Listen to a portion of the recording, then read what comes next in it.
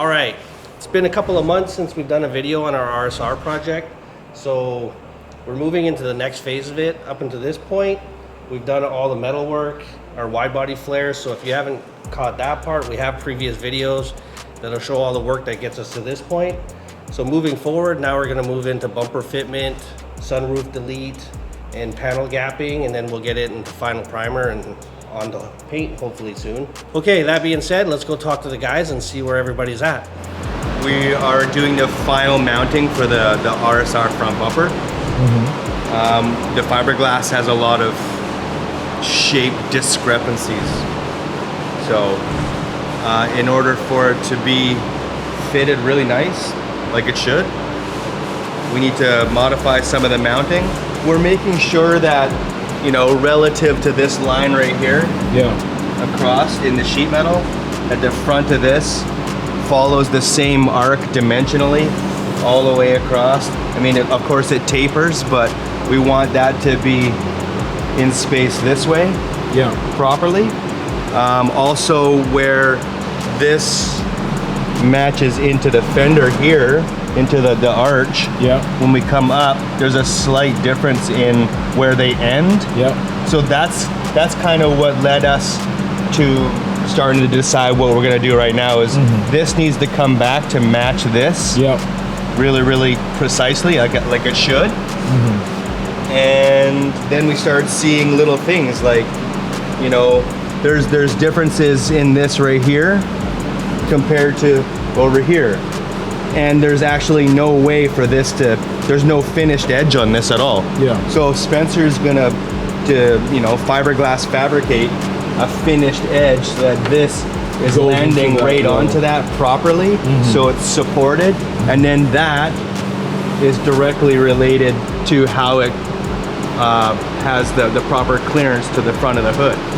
So it's this is like race car stuff, and we're making it a street car, bougie race car. Using this template that matches the contour of the tub. I'm gonna trace out some pieces and build a bridge out of fiberglass. Then once I have that flange made, then I can glass that to the bumper. And then once that's a unit, should be able to put the bumper on, and there'll be no gap, it'll be sitting flush, perfectly contoured to the car. Okay. A little custom fiberglass work.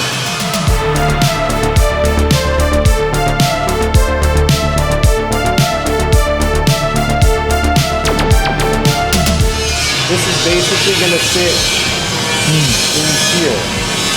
So, gotta shorten it a little bit, split it in half so it's thin. When fiberglass in these mats when it's this thick, it doesn't really conform to shapes. So what you gotta do is grab it, split it. Here, I'll show you on the piece like this. So split it so it's thin, and now it's a lot more flexible. I can wrap it around stuff. Whereas this, like, it's super stiff, right?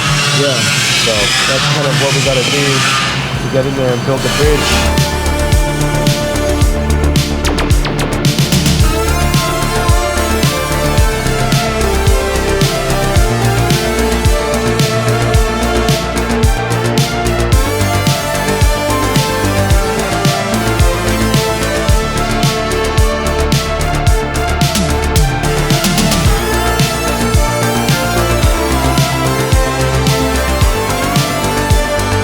Started bodyworking the door because that panel was the worst in the car. It was like a big vertical dent down the middle. It literally looked like someone just like opened the door on a pole. for sure. Because it was pretty bad. And whoever repaired it in the past just skimmed it. So body filler. I had to do a little bit of metal work early on, and then now I'm just, after sealer, I had to block it out, start body working on top of the sealer.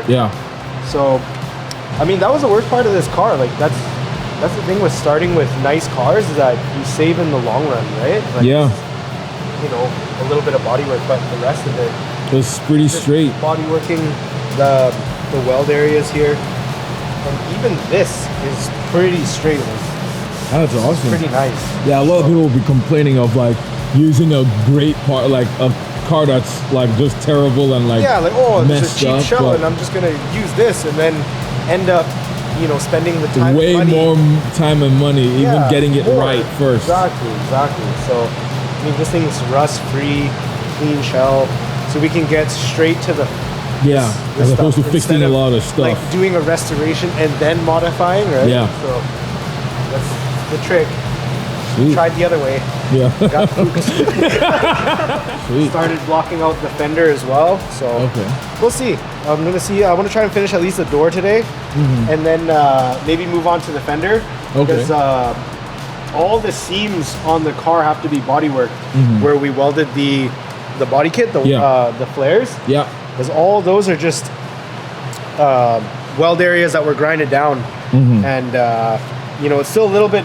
It's not bad, but it just needs a little bit of body filler to smooth it out, make it nice. This car's worth it, right? So you Yeah. have to.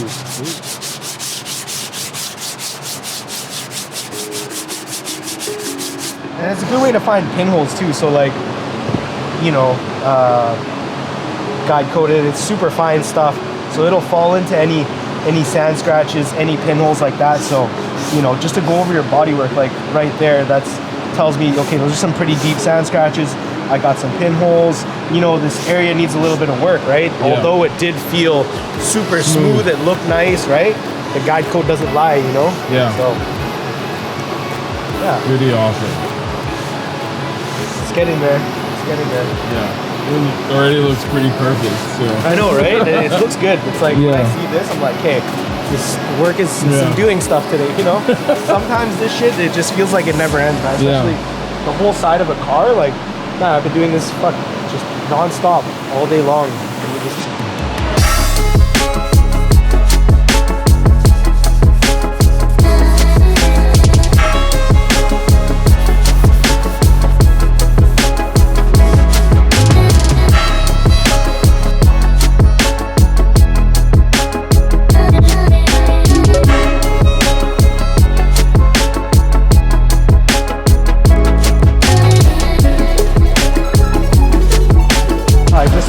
skim the roof a bunch of times just to make sure it's nice and smooth and level, because the sunroof delete we did, you know, it's a lot of welding, right? And when you weld, the heat sometimes warps and distorts the area, so a little bit of body work to straighten that all out.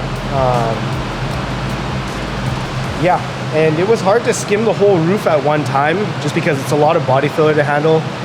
It starts to harden fast. No, so I had to kind of do it in multiple sections, layers. right? Okay. Which Or is not layers. Sorry. yeah, like kind of just break it up into like bite-sized pieces a little bit. So I'm blocking that out.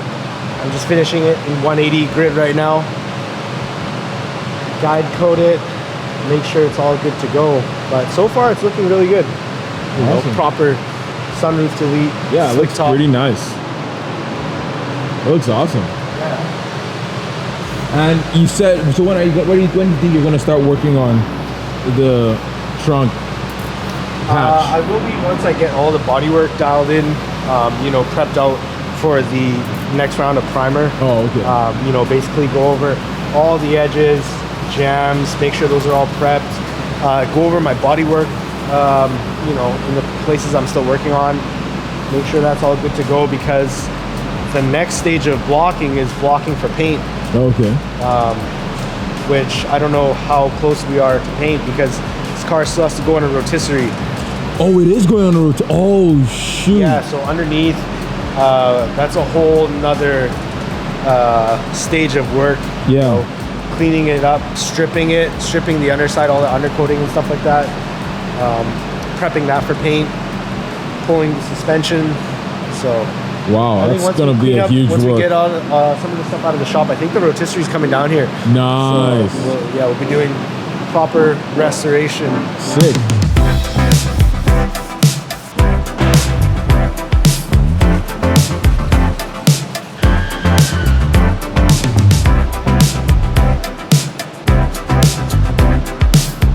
Building our body lines and gaps in the wing here. Okay. Right here, we gotta close this gap. Okay. Yeah. So our game plan is basically just lay up a strip of fiberglass and scribe a line on the glass off of this back of the car here. And then we'll trim it so that we'll have our perfect gap and the contour will be, fit to the car.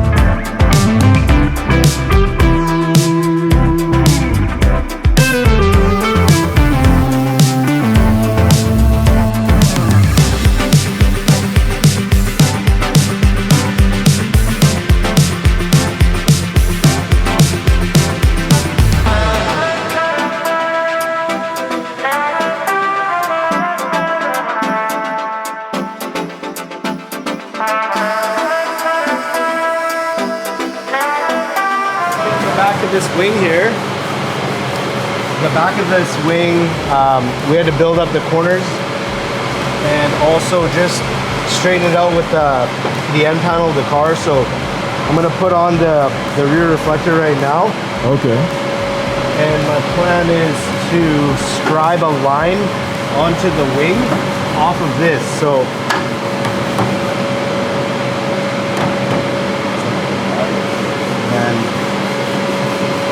see how it's all inconsistent. So what I'm planning to do is use my compass,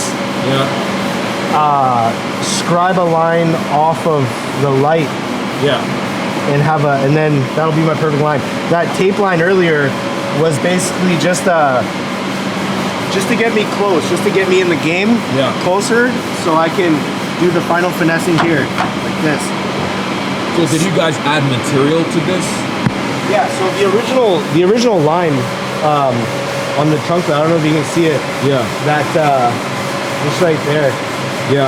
That lighter part. So I had to need to build like a platform off of it, kind of build a wall, and then just flood it with a lot of the milled fiberglass fibers, and then that's that.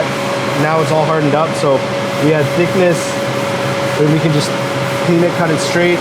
I'm gonna do the same thing on this side because the shape of the wing on the side was not straight. So I had to grind a lot of that off. Yeah. And like when we first started, I couldn't even close this wing because the side was overhanging the quarter. Oh, okay. By that much. So this is all shaved down, it's all thinned out. So, but because it's all thin and weak, I gotta rebuild that edge, kind of like what I'm doing on the backside. So we're doing it one side at a time. Yesterday, the top was taken care of, so this was probably like a quarter inch further back. Wow. Yeah, and we couldn't adjust the wing further up because the latch and the hinge mounts are all, fixed to a certain point. So that had to be closed up, so now that gap is perfect. It's sitting nice and flush with the top of the back there. Yeah. One side at a time. But it's getting there. Yeah, it looks This good. is the most work out of the whole car, pretty much. That's crazy. Yeah. I mean, and it's all fiberglass compared to like all the metal work that was done to. Yeah, the metal work was a lot of work too. This the driver's side was like a quarter inch further out than the passenger side. And apparently that's a factory thing. Apparently that's a normal thing. Yeah. Like there's some janky guys. They said they just used 1 quarter-inch wheel spacer on the left side. Oh. Because if you looked at the car stock, I think the flare or the wheel was recessed in a quarter inch compared to the edge of the flare. So some people, what I heard is like they put a spacer on the left side. Wow, that's sketchy. That's some janky. Yeah. But not everyone has the ability to cut the car and then move it in a quarter inch, right? Yeah. Awesome. Yeah.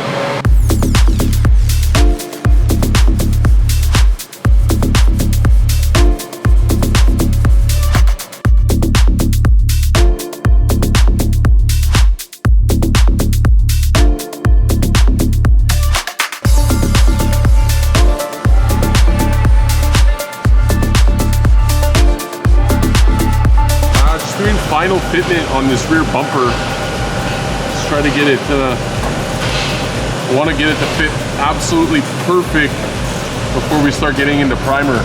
Oh. So there's a little bit of fitment shaping and grinding and removing, and just making sure all the body lines and gaps are proper, and making sure the gaskets fit properly in between the panel of the car and the bumper itself. Making sure the taillights fit nice, the back panel fits nice, everything fits nice. And then obviously where the quarter panels meet the back bumper, we want it to fit well as well. Yeah. What about the... And the wing, yeah, we're working, I'm just jumping from the wing to the bumper. Same thing with the wing. We got it fitting pretty nice now, but all the gaps are pretty good. Yeah. This is where the turn signals sit. Yeah. The factory turn signals.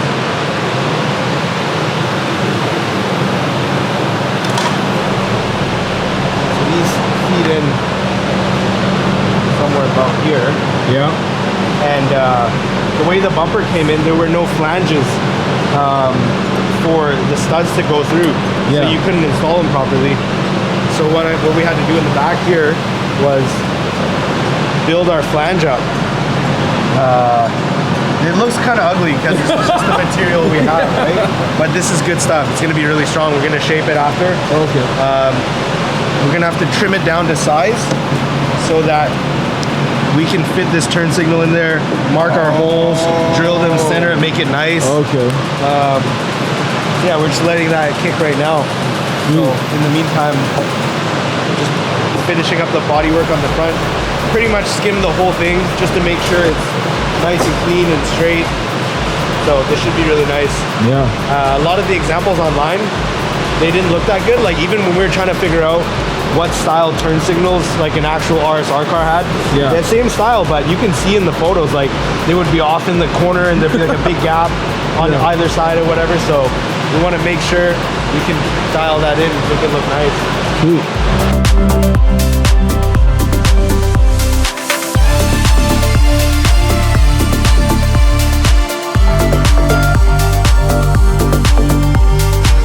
Make some custom turn signals here. So last week I remember we were talking about just building the flange off the backside so that we can make the holes and mount this. So we've reached that step now. Our flange is made, you know, our studs for the light are through. We could bolt it up right now, but this gap, this factory hole is just inconsistent. So what I think we're gonna do is I've already masked up the light, and then we're gonna kind of just flood fill this whole area with fiberglass and just like have a tight fitting shape on there. Okay. Just so it'll sit nice and flush, you know, in and out, fill the gap. It'll just look clean. Yeah. Like this is, look man, I can put the whole thing right Yeah, there. that's a lot of space. Oh my god. Yeah, it doesn't make sense, right? Yeah.